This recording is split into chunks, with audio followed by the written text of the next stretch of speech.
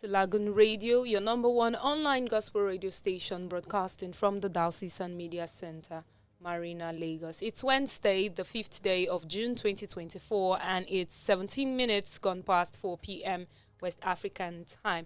Another exciting episode of Discussion Hour, and as we all know, this show aims at bringing conversations across various subject matters to your hearing to educate, to inform you, and sometimes to entertain you. My name is Jennifer Gabriel, and I'm your host. On today's episode, we are bringing you knowledge in the medical field, sort of. Don't forget how you can listen to us via our website at www.Lagoonradio.Ng, and you can also download the Lagoon Radio app via the Google Play Store or the Apple Store, irrespective of the device you're using. If you also have the Alexa device, you can do a voice prompt, Alexa, play me Lagoon Radio, and you'll be listening to all our live shows part time. We are live on YouTube right now, and that is www.youtube.com/LagoonTV for you to follow this show from the studio.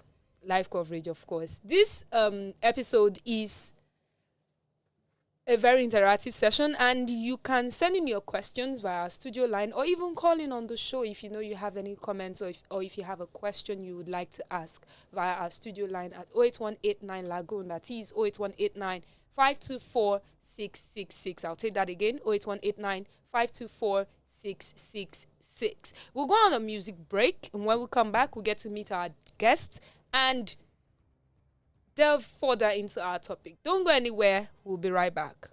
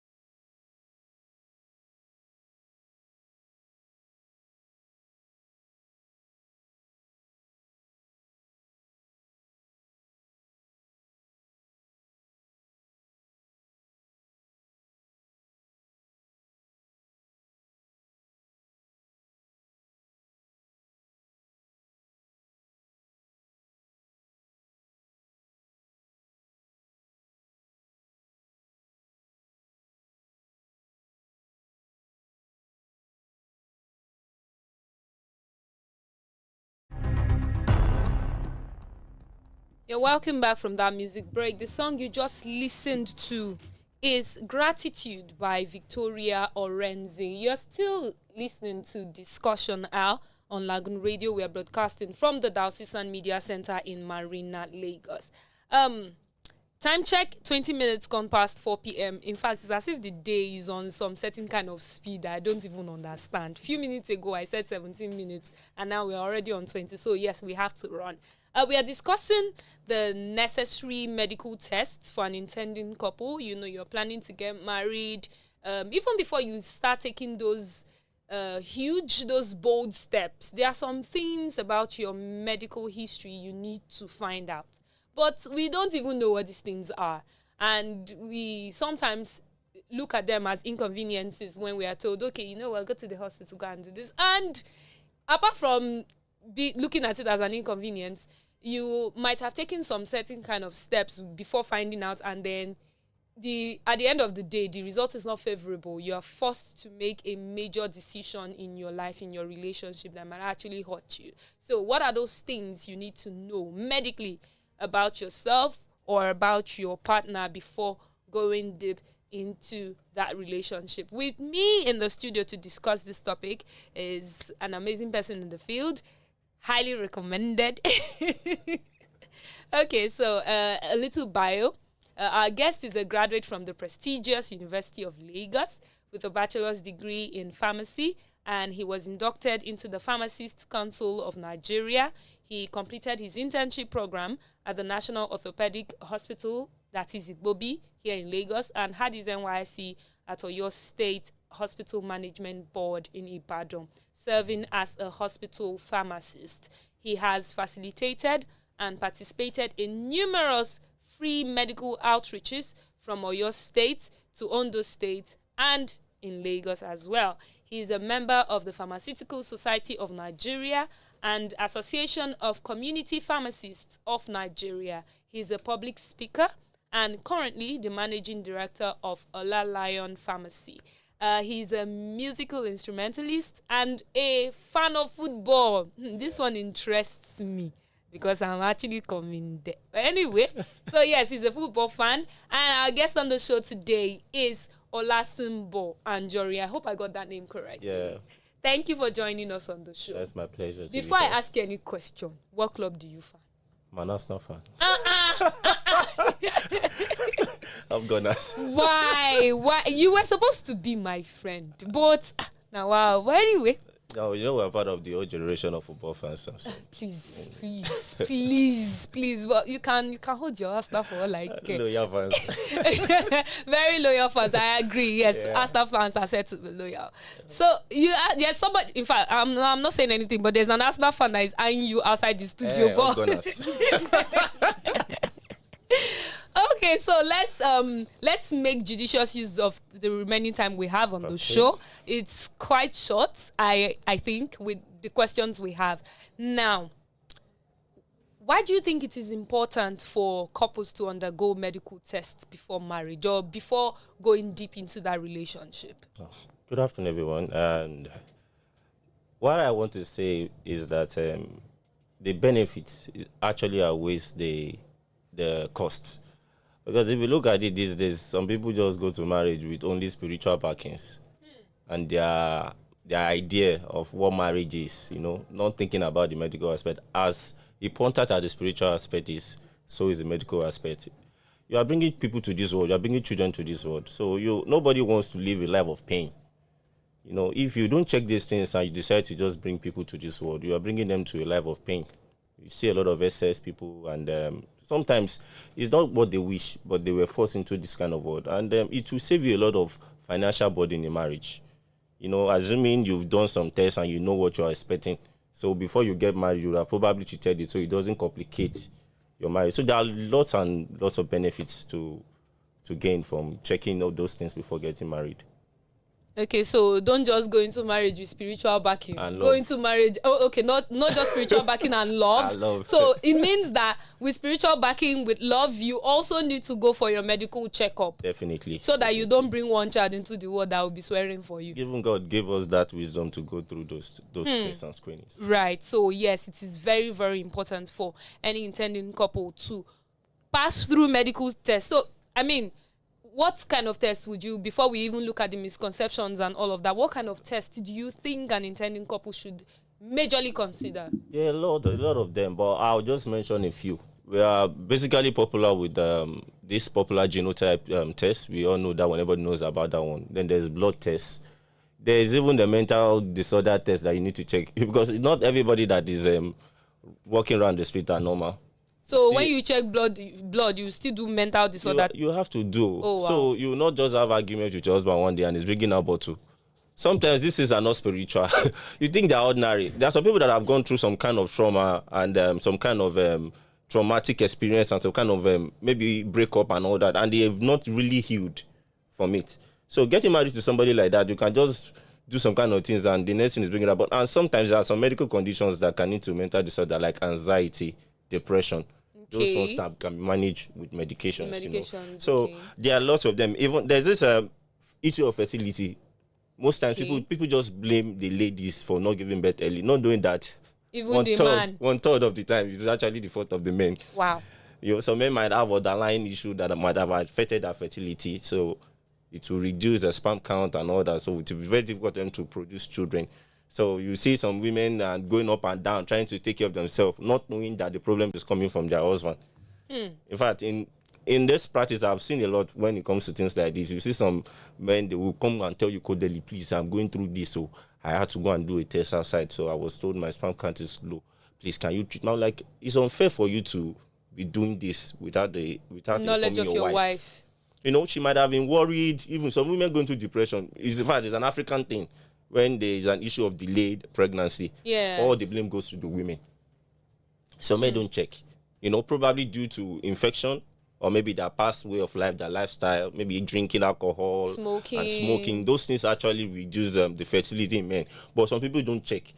They don't check. They just go into marriage. They believe that when they check that genotype, they're fine. That's why I always tell people that lots of tests that you can actually check. And please, there's this physical examination some people don't do. They say that we are Christians. We don't know. I know it's not biblical for you to fornicate, definitely. But there are some hospitals you can go to, and they will do physical examination on you. I remember when I wanted to join the Nigerian Air Force as a DSS, we went into a room and we have some doctors examining us, male doctors examining male guys. So they will strip you naked and check all your body. I'm sure you would have heard of cases where some people go into my house and say, my husband, something is too small. You start going after medication that might actually derail your own health in future. So you can do this at a very cheap rate. Some people even think they're even expensive. That's one of the misconceptions. We're still coming to that. But there are some things that you can do naturally. Even some women, they might have gone through some process in life, most times maybe through mistake, and might actually affected their womb and all. They need to go through physical examinations as well. So they are going through a mental checkup. They are going through the blood test and all of that, and also physical examination. Yes. So these are important. In addition, family medical history. Okay, please. I would like you to shed more light on that. Okay, that family medical history is very easy. It's actually very easy. There's some family that have the issue of maybe blood pressure or diabetes. Some of these ailments are hereditary. Yes. So you need to check the family record that this family, what are they familiar with medically? Do they usually have blood pressure? Do they usually have blood sugar? So you want to get married to that family, you should be preparing your mind. That sometime like 2 generations ago, somebody had something. Yeah, so maybe their parents suffer from blood pressure. So okay, this lady I'm getting married to is likely you might have blood pressure. So what you are going to do, you start controlling and managing those things that might need to have blood pressure early. Maybe okay, they are suffering from BP in their family, high BP. Then you start reducing the salt intake, all those kind of things, no alcohol, no smoking, stuff like that, so that you'll be able to enjoy your husband for long. And not call village people. Yeah, exactly. Before you start blaming spiritual battles and all. Okay, so it's important you conduct every form of blood test, mental tests as well, physical screening, and family history. You need to know the family history of your partner. Now, you mentioned something about blood tests, and we had this very little discussion before you came on the show. Now, people think that it is just the case of blood group, genotype. This one is AS, this one is SS. AS and AS cannot marry. But then you mentioned something about blood group in itself and the resource factor. So please, teach us. Okay, let me start with the genotype. We all know that one, AS and AA. But you see this blood group, I usually tell people that the resource factor is even more important than the blood group itself. Okay. Yes, blood group is important for you to know the blood group of your spouse, maybe in case of emergency and they need blood transfusion. It's very easy for you to donate if you know your blood group and you know or find a donor. Know you are compatible. Yeah. For example, the universal recipients are the people of AB+. While the universal donor are those people of O negative. We all know that. But some people don't know that. Even that plus and minus is even more important than the A, B, and O. Woo. I will explain. That is where the resource factor comes in. Okay. There's a protein on our red blood cell. That's what we gave the name resource factor. Okay. So those proteins are like they create a kind of reaction when they get into a body that is not compatible with. I will explain. Let me just make it short because you are discussing couples here, so I don't go deep. If a man that is, let's use O positive and O negative. Okay. That is O positive wants to get married to a lady that is O negative. Okay. She has to know early before getting pregnant. This is why. If the man gets her pregnant, most times the offspring, that is the baby, might carry the the resource factor of the father, which is positive. Okay. It means if it gets into the body of a woman which is negative, there's what we call antibodies in our immune system. Automatically, it's those antibodies that there's a foreign body in you. You understand? So those antibodies now rise up to fight that that body, positive that is coming. Baby. So most times it can actually affect that first child, and it might not affect the first child. There's a solution to that if you know early. This is the solution. There's what we call immunoglobulin. Yes. The popular brand is Rogan. That's why they ask people to take it. So get them to take it while at about 7 months and 72 hours after birth. Okay. You know, some doctors 7 months, 72 hours after birth. Yeah, some doctors usually argue that 7 months is not that important. That body 72 hours after birth. That is for the woman, no, not for the baby. Not for the baby. Okay. It's very important. But if you have the money, just take for 7 months and 72 hours. That's 3 days after you've given birth. Not more than 3 days after you've given birth. This is what you're going to. This is what is going to save you from. You see a lot of women just having just one child, and subsequent pregnancy have miscarriage. Yes. Most times it's due to the rhesus factor. Because after that first delivery, the body already sent out antibodies telling them that there was a foreign body that came here. That is the baby, but I've gone. Any other baby coming from that same man, that antibody will recognize as a foreign body, and immediately, if there's a sharing of blood, most times it happens. Wow. The blood from the fetus goes to the mother, the blood from the mother goes into the fetus. The blood from the mother carrying those antibodies going to that fetus and destroy the red blood cells of that baby while in the womb.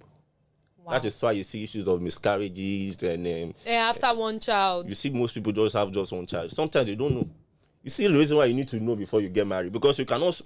It's very difficult to solve this after giving birth, the first child. Yes. It's better to manage it from the first child. You understand, from the first child. So you need to know these things. That's why I mentioned that it's even more important than the blood group. You see that it's even more important than because we both can be OO.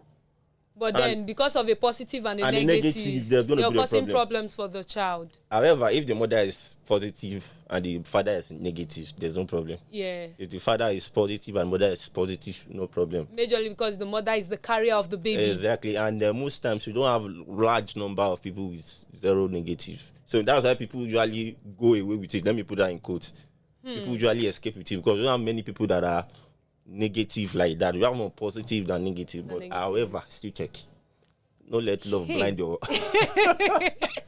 still check for the sake of the future now. Okay, still check. No let love blind your eyes. Yeah. So I mean, we concentrate, like I said before I asked this question, in this part of the world we concentrate majorly on the genotype. Yeah. We're always saying that so because Mr. A is AS and he loves Miss B and Miss B is AS, they cannot marry. They concentrate more on that, and then you feel like, okay, I'm AA, you are AA, but what about your blood group? But let me even shed more light on that genotype. You won't blame them. You know, most times, thank God for education, thank God for science. Before, we used to have issue of, are you Yoruba? Okay, then you have heard about this word, Abiku. Yes, Abiku, yes. Have you noticed that Abiku have reduced? Or maybe we just don't talk about them anymore. No, they have reduced. Okay. You know the people they call these Abiku are basically people that are sickle cell. Ooh. And there was no proper education then concerning this genotype and these things we are discussing now. There was no avenue to learn easily. Like we have access to the internet, we have access to books, we have access to anything. But those days they don't have it. So people just get married. So at the end of the day, they say, this child is an Abiku. Whereas it's just a sickle cell, probably from maybe the parent genotypes are AS and ES. And some people, they usually say something about now God they do child. God has actually given you brain to think. You understand? So thank God for education, like I said. So we need to always go deeper. We should not just base some churches just tell you just do genotype and pregnancy test. They just do genotype and pregnancy test. Wow. So it doesn't end there. At all. It doesn't end there. At all. Okay. If you know that you are listening to us and you are planning to get married, better know what you are doing, because that is all I would say. We've had thank God I have a married woman as my producer in the studio. I'm sure she has had her own experiences, and as a pharmacist, you must have come across different clients, Yeah, maybe definitely. friends even, that must have had one or two experiences. So let's take another question before we go on the break, because we Okay. actually need a breather. This we need to comprehend all of these things we have said in the studio. Now, you've explained a little on testing, especially when it comes to children, the effect it will have on children. Can you talk more on genetic testing? Yeah. Okay. You know, the gene actually encodes what we are. Let me put it that way. The gene is who we are. You know, our color, our behavior, what we are likable to have. You know, so genetic testing is quite deep. You know, there are some issues we have. Even have here. We have mutation, that's a change in the Yeah. gene. That is where we have these albinism and dwarfism. You know, so it's actually a very broad. So, but when it comes to marriage, the reason why I said it's very important to check on gene, I mentioned family history.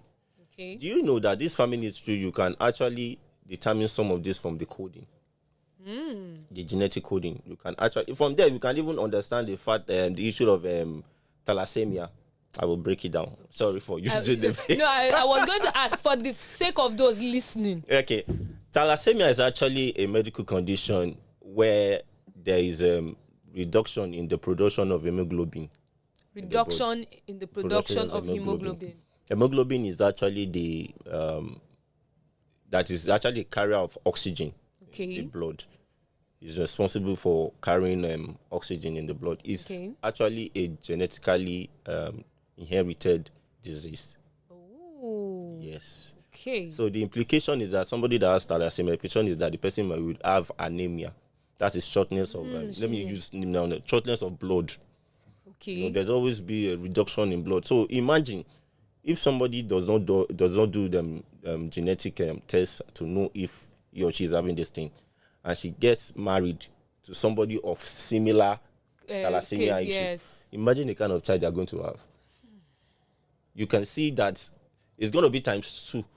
You know, the child is taken from here, from the father, and now joining together. Yeah. That's double wahala. Let me use that term. True. So it's very important that we do this. Some people usually think these stuffs are expensive, but compare it to the risks, especially to the Of children. having to go to the hospital every day, every week, and You all of understand that. now? So I think it's very, very important. I don't want to go too deep into it for now.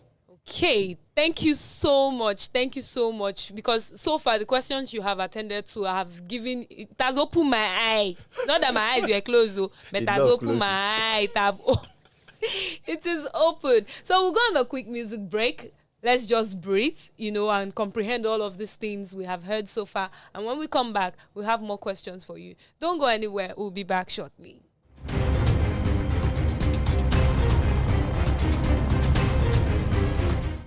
For your kind.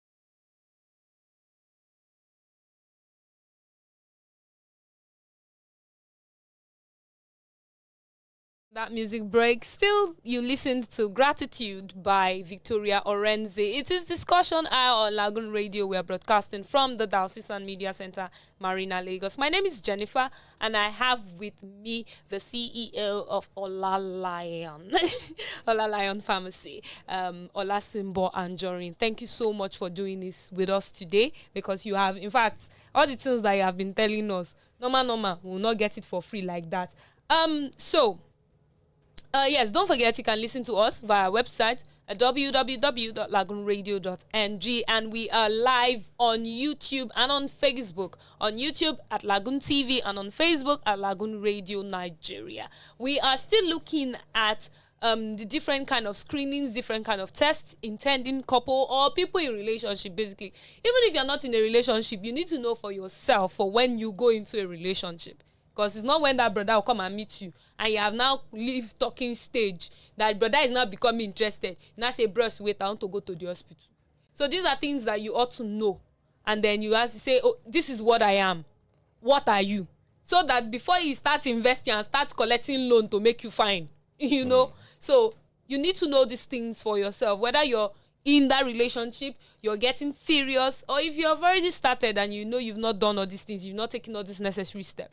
I'm telling you now that you should go and do it. And like our guest said, it is not expensive. So we are going to that as well. And we are going to be looking at misconceptions when it comes to premarital testing. Premarital, because you're not married, before marriage. Premarital testing, we're going to look at misconceptions. We are going to look at the cost effectiveness of these things, and we are going to look at the different kinds of mental assessments you can take with your partner, as well as maybe ethical implications and some other things. And I think we have a question from one of our viewers on YouTube. This is from Oshashona Bukola. She says, thank you so much, Mr. Olasimbanjori.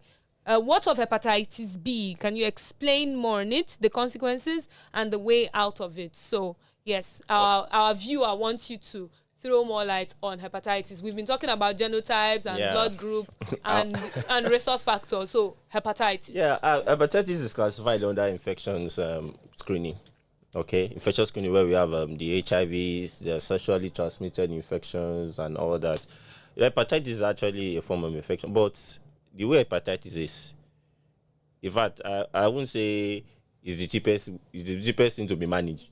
You can just walk into any lab in my area; they can do it for you at the rate of 1,500 naira. Hepatitis. I'm serious. And then people run away from it. 2,000. Depending on your area, I'm from the ghetto. that area. So it's very easy. Hepatitis, especially let me say hepatitis B. Okay. Because that's the most common one we see. It is actually a communicable and it's transferable. Communicable and transferable. Yeah, it can be transferred through saliva, through sex, through kissing. That's what I mean by saliva. Through sex, even through blood. Maybe infected blood, or maybe there's an injury and there's a form of contact. Yeah, treating is actually very easy. They can actually place you on a kind of plan.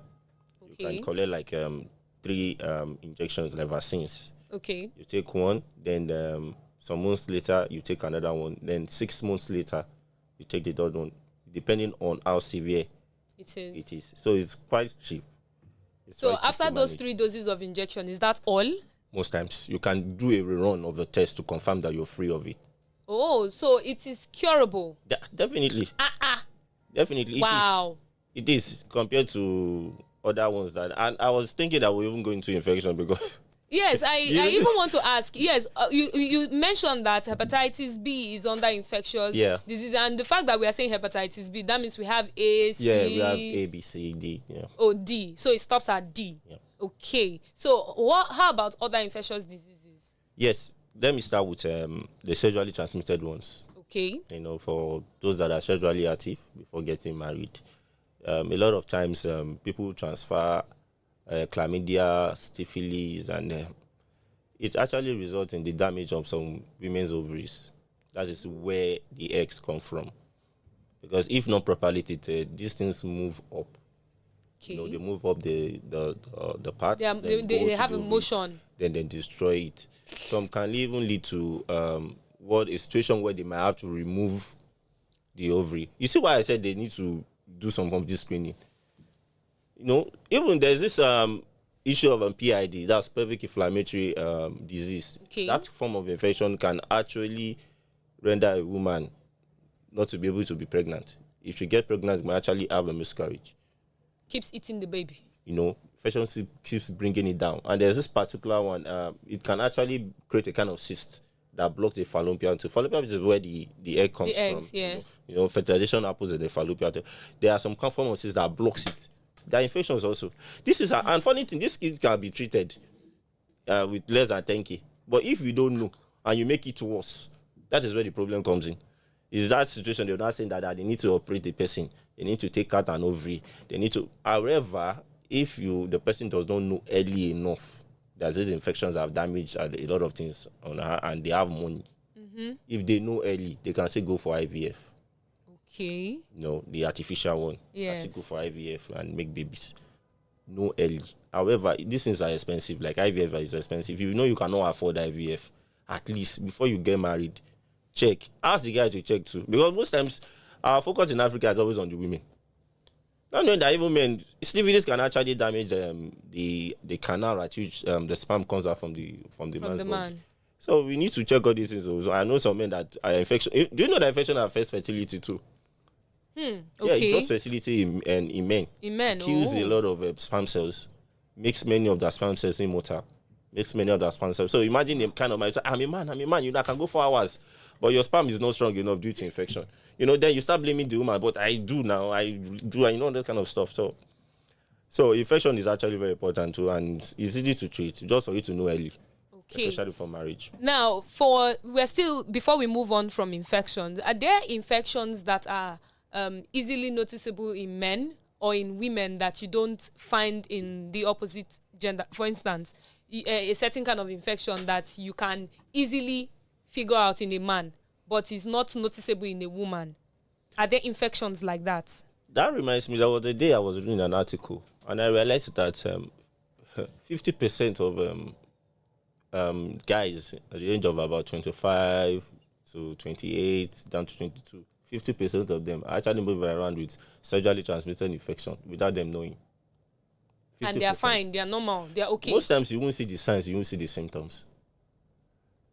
But at times, some men can actually have itching, difficulty in urination, burning sensation while urinating. Some women might have foul discharge, stuff like that. But I usually tell people, don't wait until you see those signs. Because sometimes it might have degenerated to a very bad extent before you see those signs. And the worse it gets, the harder it is to treat. So the earlier the better. So don't wait till you start getting those horrible signs before you start running to the hospital. Doctor, uncle lab attendant, please help me to check. And people are usually shy with that, explaining it, yes. They start hiding it and then you are spoiling because of shame and all of that. You are spoiling a lot of stuff. So just come out, explain yourself, and get treated. Right. Okay, so now let's move on to common misconceptions about premarital testing. What do people usually? What is the problem? Okay, thank God this is a Christian-based radio. So I'm a believer also. So I think I can say this. We sometimes use God and faith to act stupidly at times.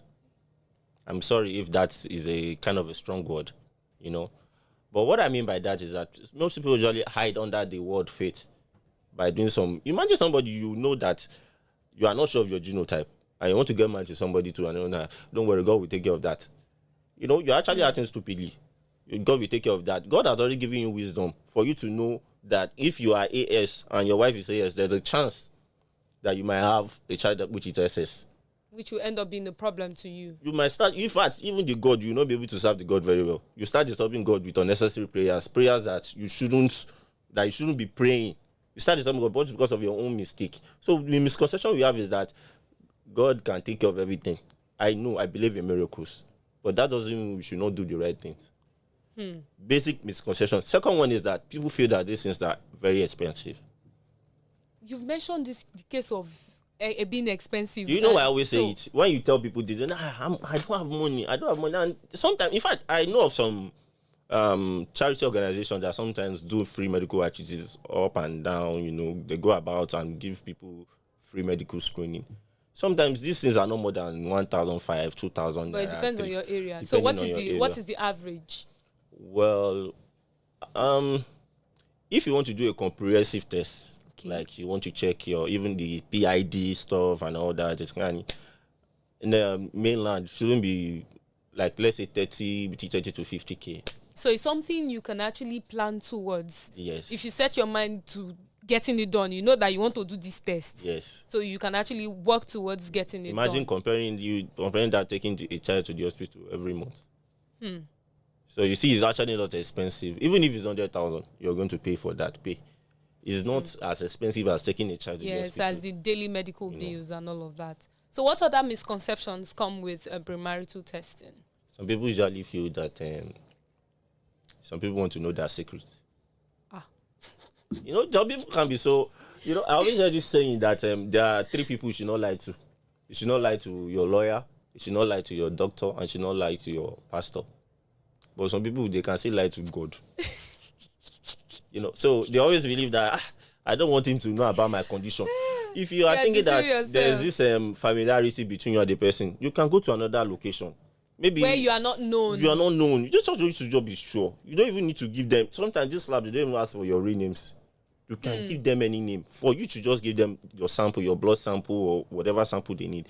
You don't need to give them your real name. If you're scared that I don't want people to know about my condition, go far. If you're staying in Lagos Island, you can go to as far as Ikeja and conduct a test there. Give them, maybe my name is Ola. I can tell them my name is Adebo. I can tell them my name is Charles. Just for you to get the result. So long you're not submitting that result anyway. Yes. Okay. Thank you so much. Ola. Thank you for. In fact, I just checked and I saw that we are really running out of time. And I always feel like it's so much time, but yet it's never enough to talk about all these things. And we even have more questions. Okay, so to wrap up the show, what advice would you give couples who are hesitant to or unsure about undergoing screenings as this? My honest advice to them is that they should not take unnecessary risks. They should not take, you mentioned cost effectiveness. Okay. Taking care of yourself and knowing these things before you get married is way too cheaper than the problems you will encounter during marriage. For example, imagine you are not sure of your status, your blood sugar status, and your blood pressure, and your wife gets pregnant, and your wife has a family record of people having high blood pressure during pregnancy, and you don't know, she keeps living a normal life. Imagine that woman just packing up. So I wouldn't want them to see it as stress or they are wasting money. It's never a waste of money. No knowledge is a waste. At least know.